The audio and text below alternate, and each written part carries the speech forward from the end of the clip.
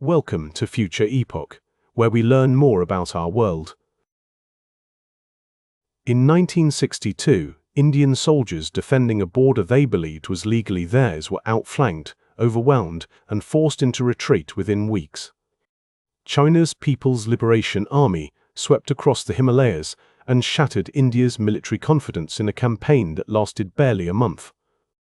Prime Minister Jawaharlal Nehru, the architect of modern India and the champion of Pan-Asian solidarity, was left publicly broken. He died 18 months later, and many who knew him attributed his decline partly to the shock of that defeat.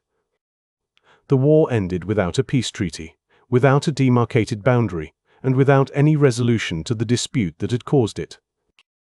60 years later, the same argument continues. India and China together are home to nearly 3 billion people, two of the world's oldest continuous civilizations, and two of the most consequential economies of the 21st century.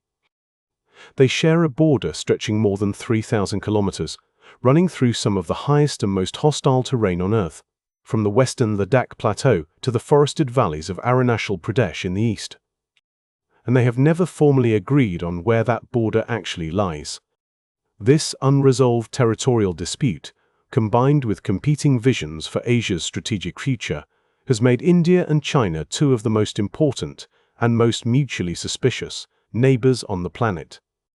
Understanding their rivalry is essential to understanding how the world's most populous continent will be organized in the decades ahead.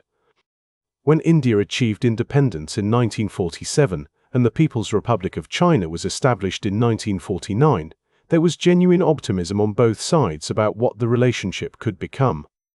Nehru believed that two great Asian civilizations emerging from the shadow of colonial and imperial domination had a natural solidarity of interest. His government was among the first in the non-communist world to recognize the new Chinese state, and in 1954, the two countries signed the Panchsheel Agreement, a framework of 5 principles for peaceful coexistence. The spirit of the era was captured in the slogan, Hindi, Chini Bhai Bhai, Indians and Chinese are brothers. But beneath the optimism, a dangerous territorial dispute was quietly deepening. The border between the two countries had never been formally demarcated. Two regions dominated the argument: Aksai Chin in the west, a high-altitude desert plateau that India considered part of Kashmir, but that China had built a strategic road through in the mid-1950s without Indian knowledge, connecting Tibet to Xinjiang, and Arunachal Pradesh in the east, administered by India under the McMahon Line, established during the British colonial period, but which China rejected as an illegitimate imposition and claimed in its entirety as historically part of Tibet. When India discovered the Aksai Chin Road in the late 1950s, Nehru adopted a forward policy, establishing new military outposts in disputed territory to assert India's claims. China, facing its own internal crisis following the catastrophic Great Leap Forward, responded with force. In October 1962, the People's Liberation Army launched simultaneous offensives on both the western and eastern fronts. Indian troops, deployed at altitude with inadequate equipment, limited supply lines, and poor coordination between political and military leadership, were overwhelmed.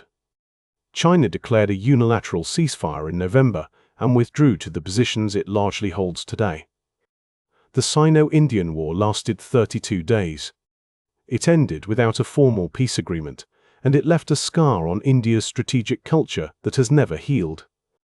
The Line of Actual Control, the LAC, is the name given to the de facto boundary that separates Indian and Chinese-administered territory today. It is not a recognized international border. It has never been marked on a mutually agreed map. In several locations, Indian and Chinese patrols move through overlapping areas, each asserting its own interpretation of where the line falls. This deliberate ambiguity has been the source of regular confrontations, quiet incursions, and prolonged standoffs for decades, most of which never reached international headlines, but all of which required careful management at military and diplomatic levels.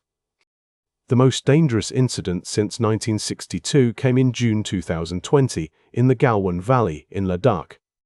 Indian and Chinese troops engaged in close-quarters combat using rocks, clubs, and improvised weapons.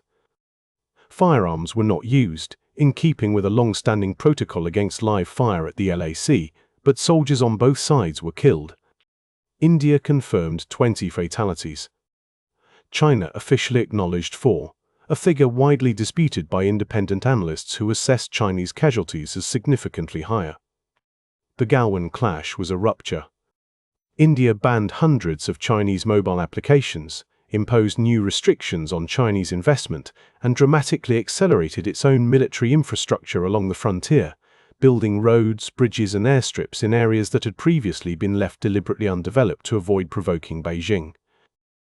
The rivalry extends well beyond the Himalayan frontier.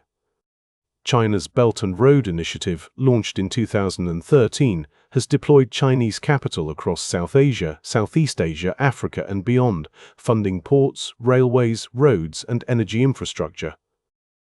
One central element, the China-Pakistan Economic Corridor, known as CPEC, runs directly through territory that India claims as part of Kashmir. For Indian policymakers, this was not simply an infrastructure program. It was a strategic statement. China was embedding itself into India's neighborhood while deepening its partnership with India's most adversarial neighbor. Meanwhile, Chinese investment in ports across Sri Lanka, Bangladesh, and Myanmar created what some Indian strategists described as a string of pearls, a chain of maritime access points encircling the Indian subcontinent. India's response has been to build its own network of partnerships. The Quadrilateral Security Dialogue, the Quad, brings together India, the United States, Japan, and Australia in a grouping widely understood as a counterweight to Chinese strategic influence in the Indo-Pacific. India has deepened defense cooperation with France, the United Kingdom, and Israel, accelerated the expansion of its navy, and invested in connectivity projects across the region to offer alternatives to Chinese financing. The consequences of this rivalry radiate outward across the entire region.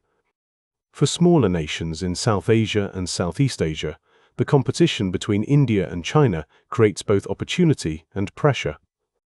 Countries like Sri Lanka, Nepal, Bangladesh, and the Maldives have navigated relationships with both powers simultaneously, accepting Chinese investment in infrastructure while maintaining security and cultural ties with India and trying not to align too openly with either side. Sri Lanka's experience with the Hambantota port, handed to a Chinese state company on a 99-year lease in 2017 after Colombo struggled to service its debt, became a widely cited cautionary example of the risks that can accompany Chinese infrastructure financing and a case study referenced by policymakers from Washington to New Delhi. The economic stakes are immense. India and China trade hundreds of billions of dollars of goods annually, yet their relationship is deeply asymmetric. China runs a large and persistent trade surplus with India, and Indian policymakers have grown increasingly concerned about economic dependence on a strategic competitor. After the Galwan clash, India moved to restrict Chinese involvement in telecommunications, technology, and other sensitive sectors. But complete decoupling from the world's largest manufacturing economy is not a realistic near-term option. The result is a relationship defined by simultaneous competition and interdependence, a condition India and China share with many of the world's major economic relationships in this century. Beneath all of this sits the nuclear dimension. Both India and China are declared nuclear-armed states with functioning weapons and delivery systems, and both have historically maintained no-first-use doctrines. The existence of nuclear arsenals does not prevent conventional clashes. Galwan proved that, but it does constrain how far any confrontation can escalate before the consequences become existential. This nuclear ceiling may explain why, despite the violence of June 2020, both governments worked through military-level talks to disengage their forces, pulling back from several Ladakh friction points across 2021 and 2022. The dispute was not resolved. It was managed, as it has been managed imperfectly, for more than 6 decades. What the India-China rivalry teaches us is that geography has a longer memory than diplomacy. The Himalayas have shaped the relationship between these two civilizations for millennia, and the question of who controls the high passes, the strategic plateaus, and the river headwaters between them has never been resolved by negotiation, military force, or economic entanglement. The 1954 Panchsheel Agreement did not resolve it. The 1962 war did not resolve it. Decades of summits, joint working groups, hotlines, and expanding trade have not resolved it. The reason is straightforward. Both governments regard the contested territory as fundamental to national identity and strategic security, and neither is prepared to formally acknowledge the other's claim. The rivalry also illustrates what will likely become a defining pattern of this century: the coexistence of deep economic interdependence and genuine strategic competition between major powers. India and China are not adversaries in the way that rival states were in the 20th century, when the goal was often to isolate or weaken the opponent economically. They are too interconnected for that. But they are not partners either. They occupy a more ambiguous position. Simultaneously competitors and co-participants in a global economy, neither can afford to leave, and the international order does not yet have settled rules for managing that arrangement. Two of the world's oldest civilizations. Two nuclear-armed states. One border that neither has ever formally accepted. The India-China rivalry is not a problem waiting to be solved at some future summit.